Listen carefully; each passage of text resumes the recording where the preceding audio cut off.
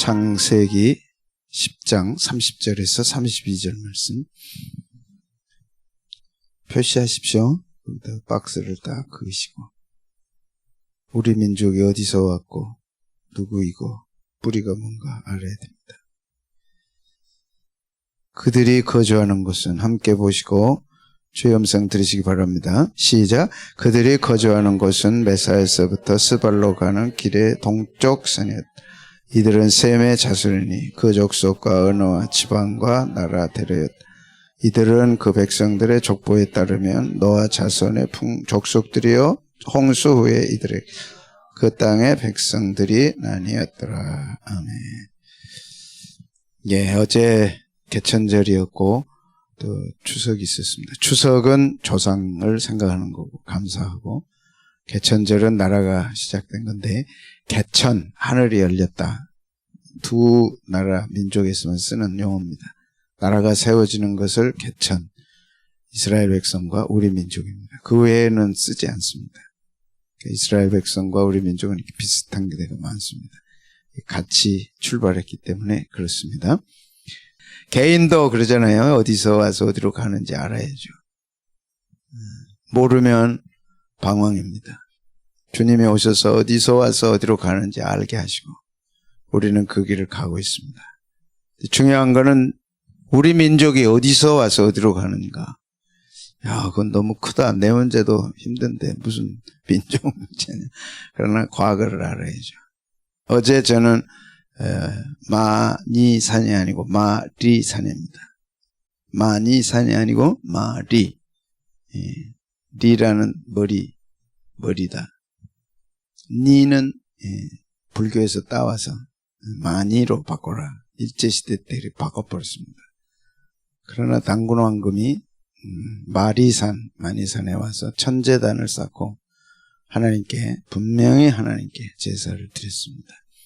이 마리산은 굉장히 중요합니다. 위치가 예루살렘에 성전이 있는 것과 동일한, 그러니까 아브라함이 모리아산에 이삭을 제사 드리려 했던 그곳, 솔로몬 성전이 들어서 있는 그곳, 또 다윗 왕이 제사를 지내서 전염병에서 노임을 받은 다 동일한 위치 선상에 있습니다.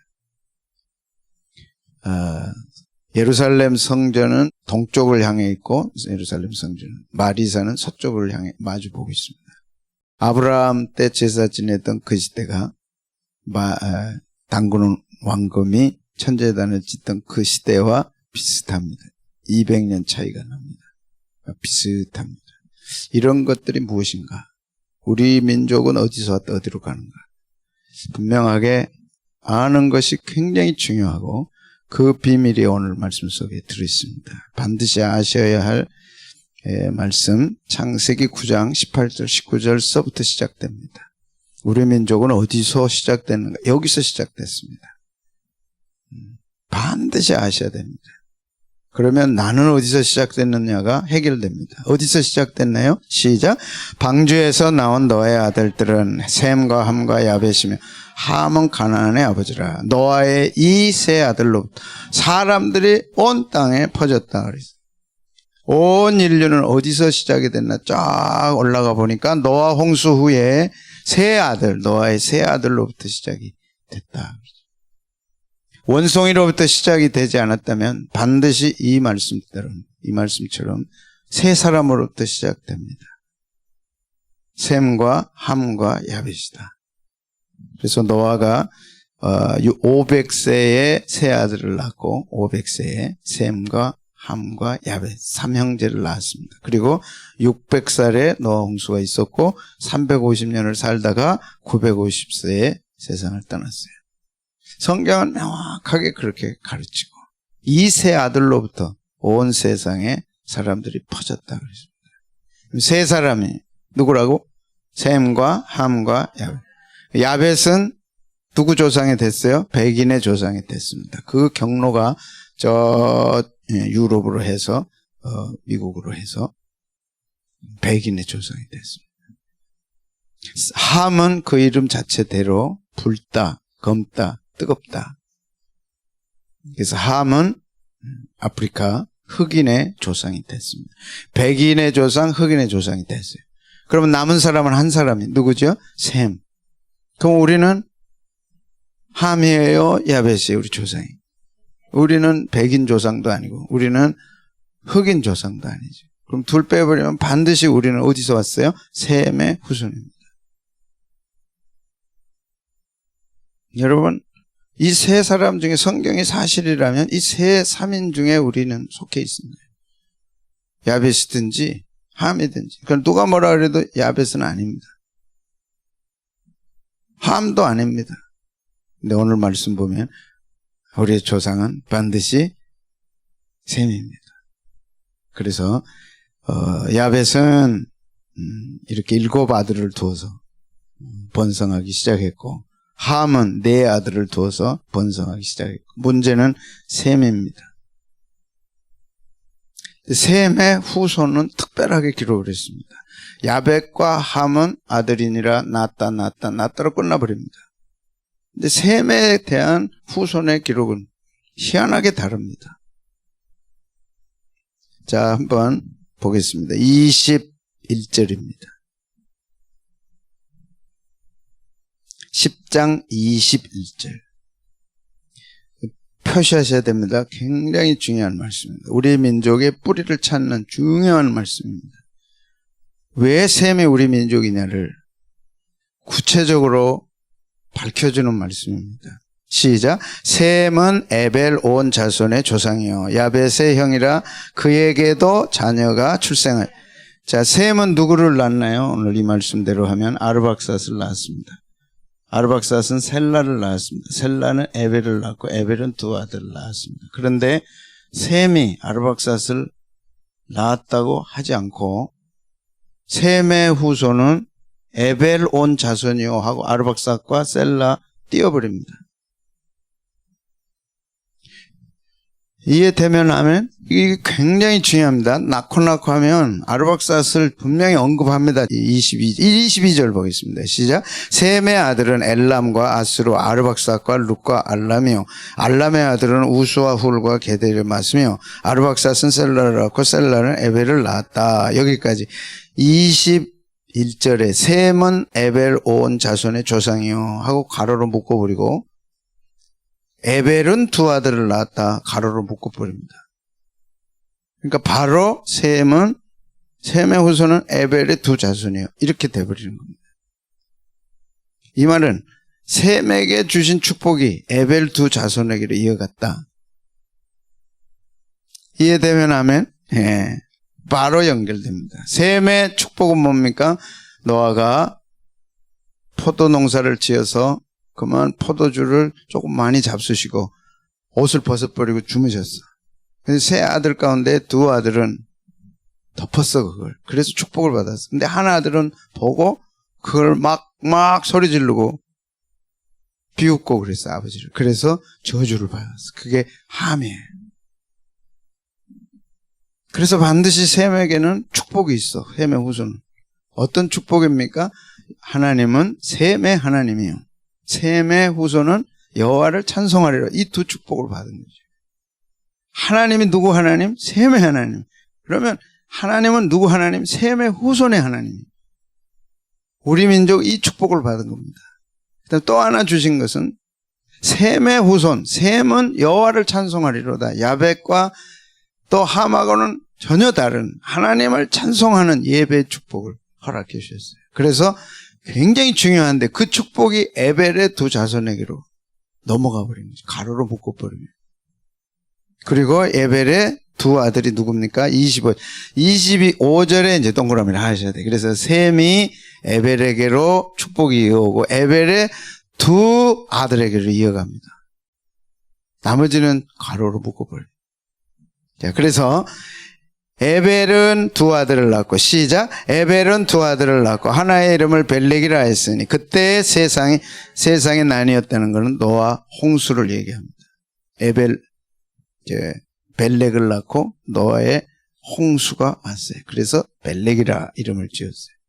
그래서 벨렉의 이름은 나눈다, 나뉜다 그런 뜻입니다. 그리고 한 아들의 이름이 누구예요? 벨렉의 아우의 이름은 욕단이다. 그래서 두 아들, 에벨의 두 아들 벨렉과 욕단입니다. 축복이 그 벨렉과 욕단에게로 이어져 온 거예요. 그런데 벨렉에 대한 소개는 없어요. 여기서 끝나버립니다. 잘 이제 들으셔야 돼요. 벨렉에 대한 소개가 없어요.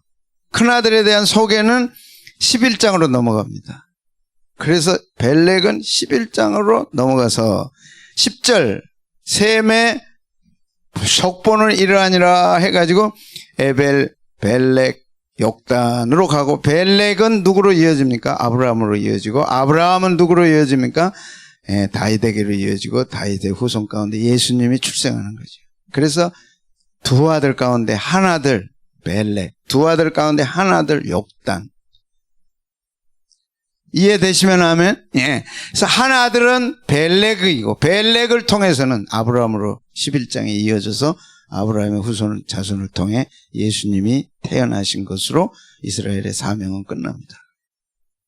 이해되면 하면 그게 벨렉입니다. 그래서 벨렉에 대해서는 11장에 특별히 소개를 해서 벨렉의 후손들을 쭉 쓰다가 데라를 낳고 데라가 아브라함을 낳았다. 그리고 아브라함이 12장에 부르심을 받고 거기서부터 믿음의 조상 아브라함이 돼서 이스라엘의 역사 속을 소개하고 거기서 예수님이 오시죠. 그래서 이스라엘은 예수님이 오시고 십자가에 죽으시고 승천하심으로 할 일이 끝납니다. 이스라엘은 이제 마지막 때까지 하나님께 돌아오는 것으로 끝나요. 사명이 없어요. 한쪽은 다 완성됐습니다. 누가 완성이 됐어요? 에벨의 큰아들 벨렉이 소개되고 다 끝났어요. 사명이. 그러면 한 아들 누가 남았어요? 욕단이 나와요. 그게 우리 조상이래. 아멘. 그래서 10장에 욕단을 소개합니다.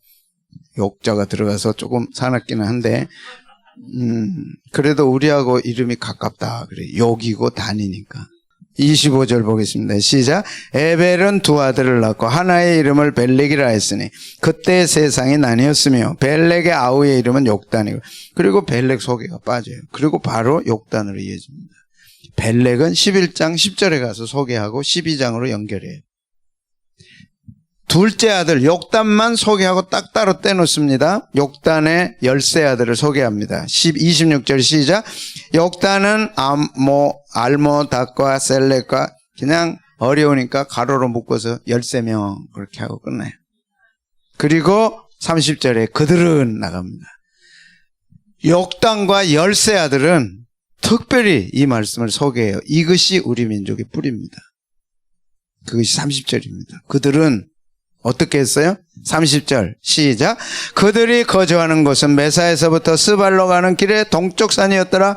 이들은 누구라고요? 셈의 자손이. 이게 중요한 거예요. 우리는 셈의 자손이에요. 야벳도 아니고 함도 아니고. 한민족, 민국의 조상은 셈족이에요. 셈이에요. 구체적으로는 셈족이 둘로 나뉘어졌는데 벨렉은 이스라엘 유대인의 조상이 됐고 그 다음에 욕단은 누구의 조상이 됐느냐 그 조상을 알려고 하니까 30절에 뭐라 그래요? 거주하는 곳은 메사에서부터 스발로 가는 길의 동쪽 산이었더라. 이들은 셈의 자손이니 그 족속과 언어와 지방과 나라 대로 이들이 어디로 갔어요? 다 나왔죠? 자, 다시 한번 정리합니다. 셈에게는 두 아들이 에벨에게는 있었어요. 다 건너뛰어버리고 셈의 축복은 에벨 온 자손에게로 이어진다. 에벨 온 자손에게로 이어진다. 온 자손이란 두 아들 후손을 얘기합니다. 에벨의 두 아들. 셈의 축복은 에벨의 두 아들의 후손에게로 이어져요. 그런데 벨렉은 10장 속에서 빠져버리고 11장 아브라함에게로 이어지고 그 다음에 12장에서 아브라함이 부름을 받고 가나안 땅으로 가서 이스라엘 족속 12지파의 조상이 됐고 그 흐름을 타고 예수님이 오셔서 초림으로 유대민족 이스라엘 백성의 사명은 끝납니다. 이제 마지막 그들이 돌아오는 것밖에 없어요. 그런데 지금 급속하게 유대인들이 돌아옵니다. 그때 예수님이 오시죠. 그 다음에 이제 하나가 누군가 하니 욕단입니다. 둘째 아들 욕단.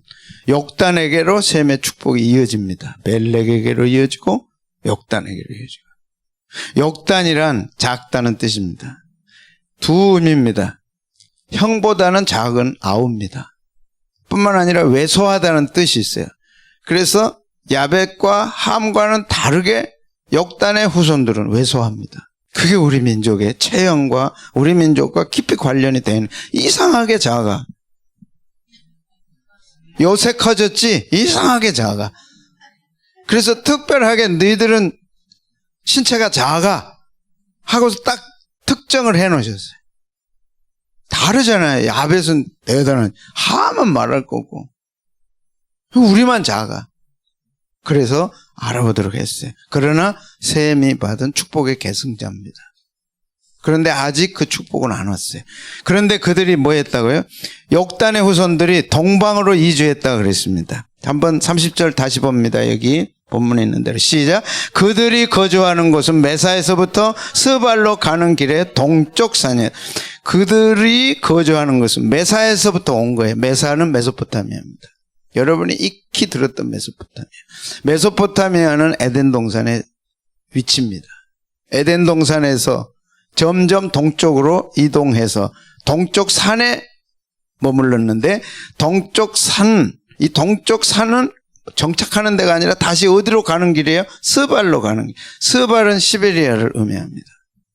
메소포타미아에서 와가지고 동쪽 산맥을 타고 지금 가는 쪽은 어디로 갑니까? 시베리아로 가는 거죠. 그러기 위해서 지금 동쪽 산맥에 머물러 있는 겁니다. 파미르고 온 동쪽 산, 텐산 산맥. 그래서 이 욕단의 후예들은 산을 좋아합니다. 산을 잘 탑니다. 도읍을 정해도 다 산에다 정했습니다. 산 하면 대한민국 사람입니다. 공휴일 했다 그러면 산으로 가잖아요. 일 있다 그러면 산으로 갑니다. 산입니다. 자, 그래서 욕단의 13명의 아들들은 이동을 합니다. 다른 족속들은 다 정착을 하는데 이 민족만은 이동을 합니다. 왜 이동을 했을까요? 메소포타미아에서 시베리아로. 중요한 단어가 이 단어입니다. 동쪽이라고 하는 단어입니다. 동쪽 산의 산이었더라. 30절 마지막이 동쪽 산이었더라. 동쪽입니다. 중요합니다. 산은 중요합니다. 동쪽도 중요합니다. 이 말이 케뎀이라는 단어입니다. 케뎀에 머물렀더라. 케뎀이란 동쪽 방향만 나타내는 게 아니라 해 뜨는 곳이라고 하는 의미입니다. 해 뜨는 곳. 케뎀은 동쪽이고 케뎀은 해 뜨는 곳을 의미합니다. 두 뜻을 갖고 있어요. 왜? 하나님의 시작은 동쪽에서 시작이 되고 해 뜨는 데서 시작이 되니까. 성경은 해 뜨는 곳을 굉장히 강조합니다. 그래서 욕단의 후손들은 산을 좋아했고 산을 찾는 이유가 해 뜨는 곳을 찾기 위해서였고 그들은 동쪽으로 움직였습니다. 그래서 결국 극동 마지막 해 뜨는 곳 어디겠어요? 백두산에 신도시를 만들었어요. 신도시란 하나님의 도시를 만들었습니다. 나중에 나옵니다. 그래서 해 뜨는 곳이 중요하다. 동쪽이 중요하다. 그쪽으로 옮겨서 시베리아로 가서 한 그룹은 저 북아메리카로 거쳐서 남아메리카로 해서 뉴질랜드까지 가서 몽골 반점을 가지고 그들은 시베리아로. 그래서 북아메리카, 미국 인디안들이 우리 조상들이에요. 거기서 남아메리카에서 뉴질랜드까지 갔죠. 여러분 인디언들이 사는 걸 보면은요, 그 조상들이 대대로 물려온 거 아닙니까? 놀라워요. 우리나라 부엌과 똑같아요. 언어도 비슷해요. 동쪽으로 가서 갔는데 그 목적이 해 뜨는 것. 우리나라만큼 해 뜨는 걸 좋아하는 데 없죠. 연초가 되면 1월 1일 새벽에 어디로 가요? 산에 가서 뭐 해? 해 뜨는 걸 보려고. 이게 다 성경적 사상이고 우리 피 속의 조상으로부터 흘려온 겁니다. 욕단의 13명의 아들 후손들은 동쪽으로 이동하기 시작했어요. 그리고 산맥에 머물렀어요. 거기서 정착을 하고 위대한 문명을 이루고 그 다음에 또 동쪽으로 가고 동쪽으로 드디어는 태백산 백두산, 전에는 태백산 백두산의 도읍을 정합니다. 그래서 우리 민족의 조상은 셈, 셈이요 셈의 아들인 후손이죠. 욕단이다. 그들은 동쪽으로 산을 찾아서 동쪽으로 해 뜨는 걸 찾아서 움직이다가 결국 우리의 조상이 됐다 하는 결론을 내게 되는 것입니다. 사진 보면 저렇게 되어 있습니다. 그래서 메소포타미아 에덴 동산에 있는 곳에서 움직여서 파미르곤을 지나서 텐산 산맥, 그 다음에 오랄 알타리아 산맥, 그 다음에 몽골을 지나서 고비 사막을 지나서 우리나라까지 왔습니다. 저 파미르곤을 지나서 텐산 산맥으로 가면서 만들어낸 인류 최초의 찬송가가 있습니다. 그것이 우리 민족이 지어낸 겁니다. 아리랑입니다. 아리랑. 아리랑이란 둘로 나눠집니다. 알 플러스 이랑. 알은 엘, 엘은 하나님.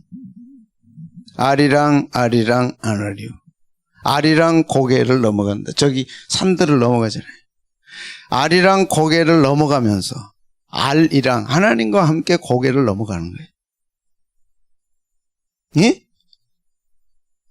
어째 반응이 알이랑 간다니까. 알이랑 가는 거예요. 저 먼 길을 메소포타미아 에덴 동산부터 저 파미르곤 지나서 텐산 산맥으로 거쳐서 저기 지금 저 텐산 산맥에서 인류 최초의 어마어마한 문명을 만들어냅니다. 그게 요하 문명입니다. 그게 우리 조상의 문명입니다.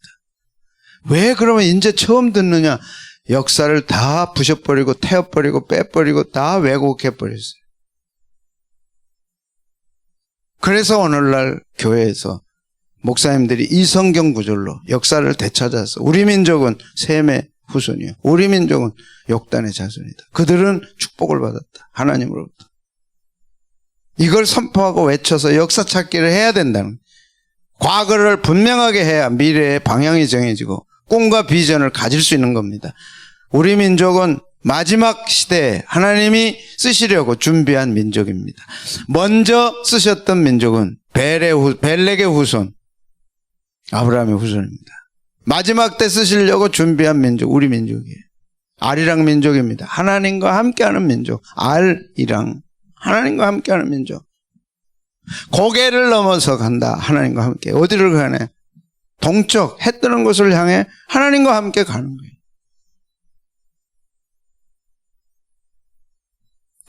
인류 최초의 찬송가를 지었던 것이죠. 그래서 우랄 알타이어 바이카르를 지나서 몽골 고원을 지나서 압록강으로 백두산을 찾아왔죠. 그리고 오늘 우리에게 이르게 된 겁니다. 놀라운 거는 이들은 하나님의 백성이었어요. 나라를 통치하는 것도 하나님의 법으로 통치했어요. 신앙도 분명히 가졌습니다. 나중에 소개합니다. 야, 당군이 이런 신앙을 가져? 야, 우리 저 선조가 이런 신앙을 가져? 놀라요. 보겠습니다. 역사적으로 당군 시대까지 세계의 제국이라고 할 수 있겠죠. 3대 국가를 이룹니다. 첫째는 환인왕국시대. 저 천산 동방산을 동쪽을 중심으로 한 천산산을 중심으로 해서 BC 7197년에 세웁니다. 그래서 우리 민족의 역사는 BC 7197년부터 시작됩니다. 몇 년이라고? 환웅시대 BC 7197년. 그래서 2020년을 더하기를 하니까 9211년. 이게 우리 역사 시작이에요. 중국 역사와 일본 역사는 이걸 깡그리다 무시했습니다. 중국의 진시황은 우리 역사책 5만 권을 불태웠습니다. 왜? 자기들보다 앞서니까. 일제시대 때 20만 권의 당군 서적 관련 역사책을 불태웠습니다. 집집마다 역사책을 갖고 있으면 다 죽인다 해가지고 역사책 다 반납하라 그랬어요. 그래서 우리 역사, 이런 위대한 역사책이 없어요. 근데 조금 남겨두셨어요. 조금 남겨두셨어요. 7대 환인은 왕을 얘기합니다. 그 당시에는 이 환이 발전을 해가지고 한이 됐습니다. 한은 밝다, 크다 그런 뜻이에요. 한과 인, 한인이란 왕을 얘기합니다. 7대 왕을 거치면서 3301년을 통치했어요. 이것이 첫 번째 우리 민족의 국가입니다. 9211년을 통치했어요. 이 시대가 이제 갔어. 그리고 환웅 배달국 시대가 1565년 동안 이어집니다. 이때 인류 문명의 최고의 시대를 구가합니다. 이게 요하 문명입니다. 어마어마한 우리 조상의 유적이 발굴이 됐어요. 중앙아시아와 한반도에서 통치를 했는데 BC 3897년 3897년에 시작을 해서 18대 왕을 지내면서 거치면서 1565년 동안 통치합니다. 이때 이 민족을 동이족이라고 합니다. 동이족 하면 뭐라고 배웠어요? 오랑캐라고 배웠죠. 그거는 중국 사람들이 우리 역사를 다 없애버리고 동이족은 인류 최고의 민족입니다. 어마어마한 민족입니다. 이때 가림토 문자를 만들었습니다. 이 가림토 문자가 한문을 만들었고 한문 만든 다음에 세종대왕이 이 동이족이 만든 가림토 문자를 통해서 한글을 만들게 됩니다. 문자가 있었어요. 한자 전에. 한자도 우리 민족이 만든 겁니다. 조상들이. 그걸 다 중국은 뒤집어 버렸어요. 1985년에 지금 그 전까지 중국은 황하 문명을 이루었다. 인류의 4대 문명 가운데 있지? 황하 문명, 메소포타미아 문명, 인더스, 겐지스 문명. 예? 4대 문명인데 중국은 황하 문명이라고 막 자기들의 엄지손가락을 했어. 그러다가 1980년대에 이르러서 요하 문명을 발견해. 요하 문명이란 황하강 위에 있는 강이야. 파도 어마어마한 유적이 나오는 거예요. 이걸 이름을 붙여서 요하 문명이라 그랬어요. 파보니까 우리 민족과 너무 똑같아. 특별히 장래는 중국과 달라요. 중국 민족들은 우리하고 달라. 그들은 그냥 이렇게 나무로 해서 파묻어. 근데 우리 민족은 이때까지 돌을 사용했어. 석층.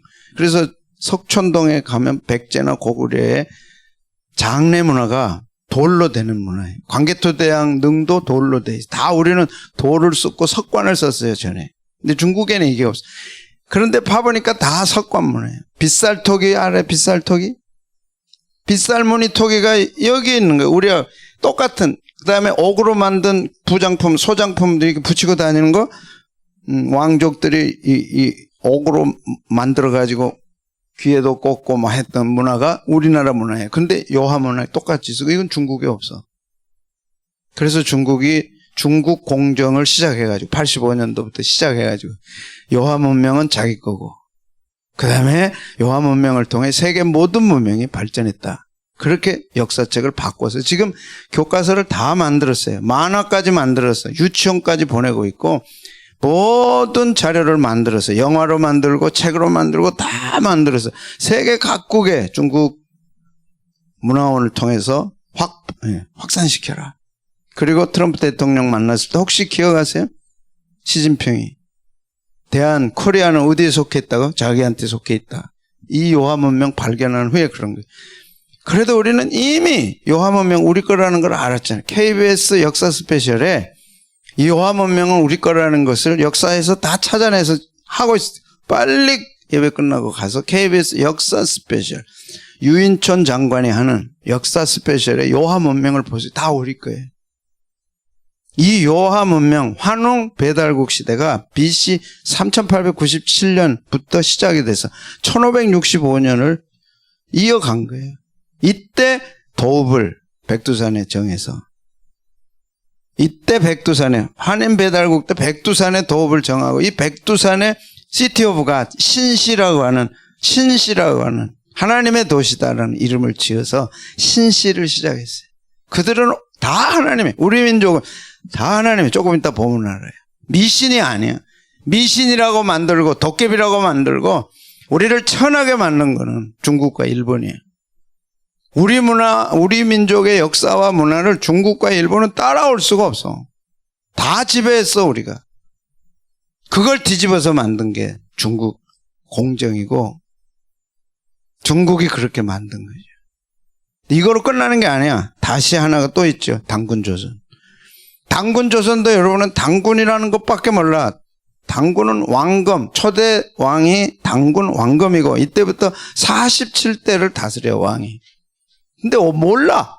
왜 몰라? 역사를 다 없애버렸어.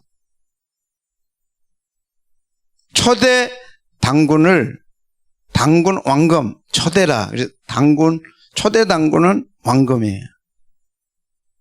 단이란 제사장을 의미하고 군이란 왕을 의미해요. 그래서 당군 그래요. 이때 제사장이 있었다니까. 구약의 제사장 알죠? 구약의 제사장을 당군이 그대로 갖고 있는 거예요. 하나님께 제사했어요.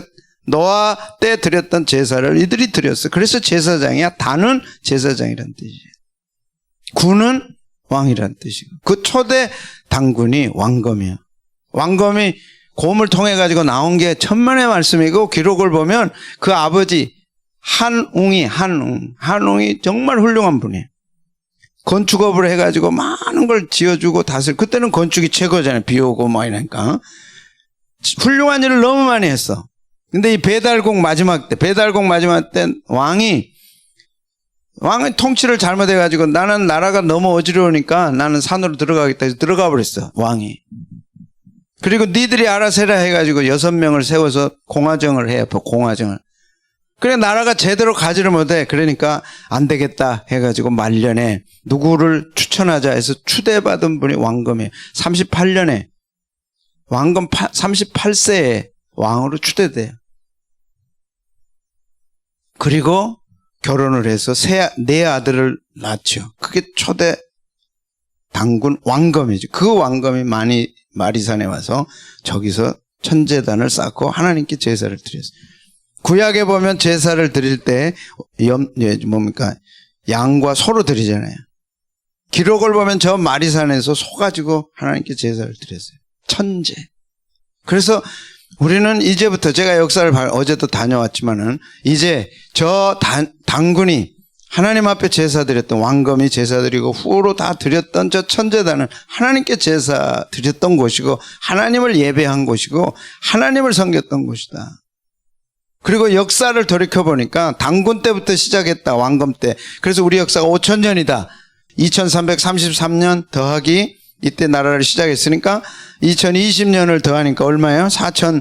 그래서 5000년 역사라 그래요. 그러면 이 두 나라는 어디 갔냐 이래요. 환인왕국 시대하고 배달국 시대는 어디 갔냐 이래.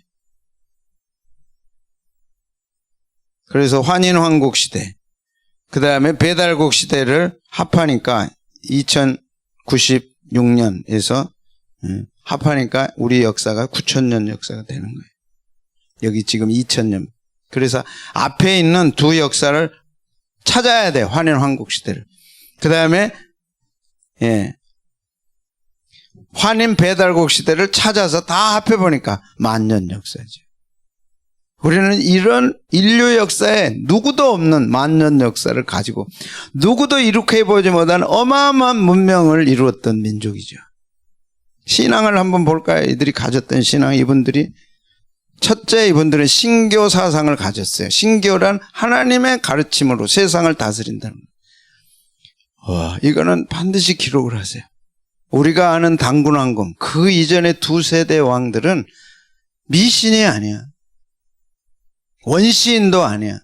만년 전에 우리 민족은 그 조상, 그 다스리는 통치자들이 하나님의 가르침으로 다스렸어요. 뭐냐 그게? 가르쳐 드릴게요. 환인시대, 환웅시대, 당군 왕검, 당군시대 모두 제사를 지냈어요. 노아처럼. 노아의 후손이잖아요. 다. 고인돌 뭐라고 배웠어? 무덤이라 그러잖아요. 우리 민족사에 고인돌처럼 바위 위에다가 시체를 놓는다든지, 바위 만들고 그 밑에 땅을 또 파가지고 거기다 시체를 묻는다든지 그런 일은 없어. 우리 민족은 반드시 층을 쌓아가지고 그 안에 두고, 아니면은 석관으로 해서 땅에다 묻었어. 땅 위로 올라올 때는 석총을 만들어가지고 했어요. 다. 그게 광개토 대왕의 비야. 그게 퍼져가지고 이집트의 피라미드로 발전한 거예요. 그 피라미드의 원조가 우리 민족의 석층, 돌로 석총을 쌓는 거예요. 고인돌도 그래서 장례 지내는데 쓰인 게 아니고 하나님께 제사하는 제단이야. 노아가 제단을 쌓고 아브라함이 제단을 쌓아 제사 지낸 것처럼 장례 치르는 방식이 아니라 하나님께 제사를 드리는 제단이에요. 왜? 이미 이들은 하나님을 섬겼잖아요. 신교사상 천신제를 지냈고, 놀라운 게 삼신상제 신앙이에요. 삼신이란 성부, 성자, 성령, 상제란 하나님이란 뜻이에요.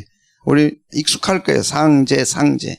상제란 옛날 하나님을 가리키는 옛날 말이에요. 근데 놀라운 거는 뭔가니? 이거 보세요. 삼위일체 신앙이야. 삼신 세 분의 하나님이 한 분이다. 삼위일체 신앙이고 그 한 분이 천지를 지으셨다. 자, 보겠습니다.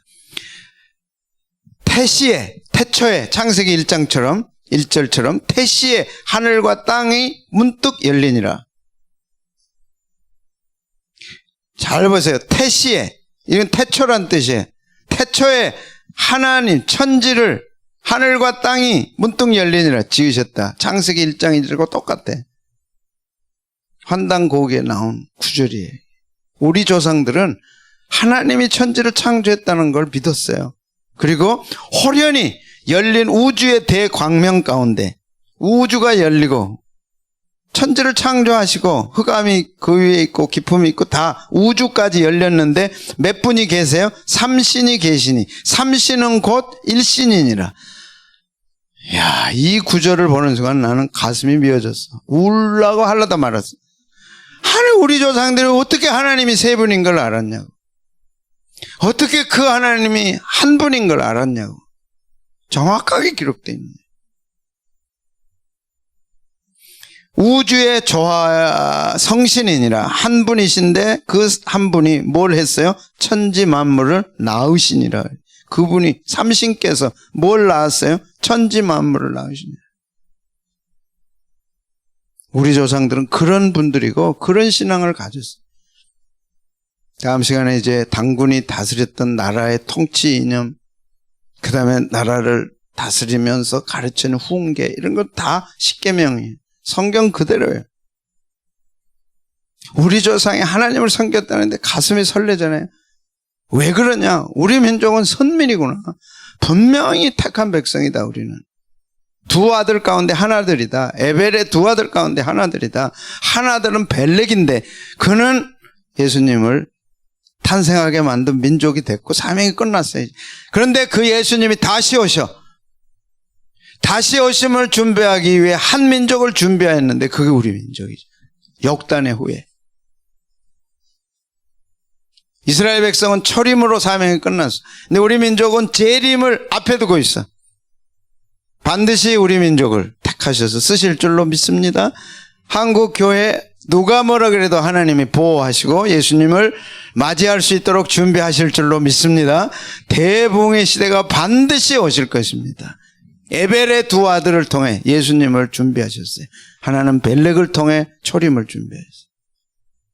한 아들을 통해서, 욕단이라고 하는 한 아들을 통해서 예수님의 재림을 준비할 준비가 남아있는 거예요. 그런데 이제 세상 역사, 세속 역사 속에서 그냥 우리 민족은 천대받고 고음의 후손이고 뭐 별소리 다 했는데 까보고 알아보니까 이게 보통 민족이 아니에요. 우리가 그 역사를 없애버리고 찢어버리고 불태워버리고 죽여버리고, 개연수라고 하는 분이 이 역사를 모아가지고 한 권의 책으로 편집을 했어요. 1911년에 일제시대 때 합병하고 그 다음에 만들어서 30부 책을 만들었어요.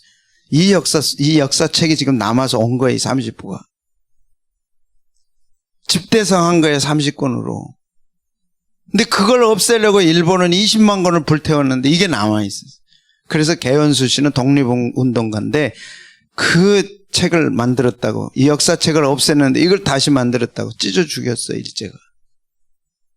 그래도 여러분들은 가만히 있으세요? 이 역사책을 만들어서 그 인쇄술이 발달한 것도 아니고 뭐 컴퓨터가 있는 것도 아니고 수백 페이지를 다 손으로 써서 다 만들어서 했다고 그 찢어 죽였어요. 그 책이 지금 남아있는 거예요. 100년을 이어왔어. 그걸 정상교가 자기 걸로 가져가 버렸어. 그래서 정상교에서는 이 창세기 10장 30절만 빼고 욕단의 후예라는 것만 빼고 다 자기들이에요. 그러게. 그 외에는 교회도 관심이 없고 세상도 관심이 없어. 왜 그러냐? 일제시대 때 천재 중에 천재가 일본 사람이 있었어요. 그가 이마니시 류라고 하는 사람이에요. 그 사람을 시켜서 우리 역사를 공부하게 했어요. 스터디를 다 끝냈어. 그리고 역사를, 한국 역사를 바꿔라, 대한민국 역사. 그래서 택한 사람이 이완용의 조카 이병도 씨라고 하는 사람. 들어봤어요, 여러분? 서울대학에 돌아와서 사학과를 만들었어요. 그리고 일본이 만들어준 역사를 가지고 와서 서울대학 사학과에서 가르쳤어요. 그 역사는 일본이 만든 역사예요. 우리 역사가 아니에요. 그 제자들을 강단 사학파라고 그래요. 그것을 강단 사학파가 나는 지금 막 가슴이 떨려. 70년 역사를 가르쳤어. 너희들이 똑같이 배운 거예요. 70년 역사를 우리는 일본이 만든 역사를 배운 거예요. 이마니시 류라고 하는 사람이 이병도 씨한테 지시해서 가르쳐준 역사예요. 제대로 된 역사예요, 아니요? 아니지요. 1만 년 역사를 다 없애버렸어. 고음의 후손으로 만들었어. 그리고 이병도 씨 제자 중에 신석호라는 사람이 있어요. 교수가. 서울대학 나왔어. 사학과야. 그 사람이 중등 교원 양성소를 만들어서 중고등학교 교사들에게 집중 강의를 해서 이 역사 교육을. 그리고 오늘 여러분들이 배운 거예요. 하나님께서 창세기 10장 30절을 가지고 그리고 증산도가 뺏어가 버린 그 역사를 이어서 새롭게 만들어서 우리는 셈의 후손이요 욕단의 후손이고 그 욕단의 후예가 이런 어마어마한 문명을 만들었다. 그런데 놀랍게 세상은 그걸 다 밝혔어요. 역사 스페셜 KBS 가보세요. 유인촌 장관이 다 해서 뭐라 그런 줄 아세요? 이 역사를 진행하려고 할 때 빗발치게 반대하는 운동이 일어났대. KBS 가만 안 두겠다. 왜 이런 역사를 가르치냐. 그래도 만들었어요. 반드시 보셔야 돼요. 살아있는 우리 민족의 역사예요. 근데 우리는 그걸 떠나서 그걸 되찾을 뿐만 아니라 우리 민족은 욕단의 후예로 뭘 준비해요? 예수님의 재림을 준비하는 민족으로 준비시켜 주셨다. 저와 여러분이 그 일을 해야 된다. 할렐루야. 그것이 핵심입니다. 하나님은 한국교회를 보호하십니다. 반드시 쓰십니다. 아멘. 50년은 조금 과장되네. 40년. 처음 해본 설교. 여러분도 처음 들었어. 지금까지 덮여 있었어요. 이 위대한 창세기 10장 30절이 덮여 있었어요. 이 한 구절을 통해서 우리는 역사의 뿌리를 찾는 거예요. 왜? 동쪽으로 왔기 때문에.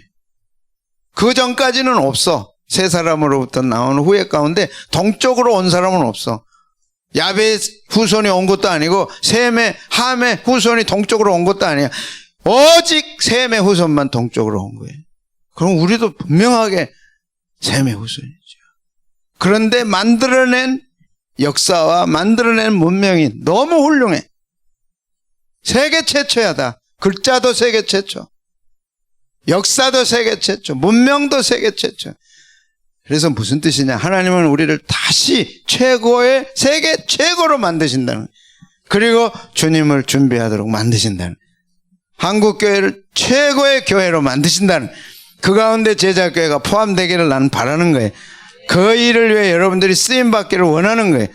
혹시 서울대 사학과가 여러분 가족이나 친지들에게 있을 수 있어요. 그래도 사실은 사실이에요. 잘못 배웠어. 슬픈 역사를 배운 거예요. 일본이 가르쳐준 역사를 배운 거예요. 일본이 누구냐? 이마시니 류. 그 사람이 안겨준 역사책을 갖고 한국에 와서 서울대학에 사학과를 만든 거예요.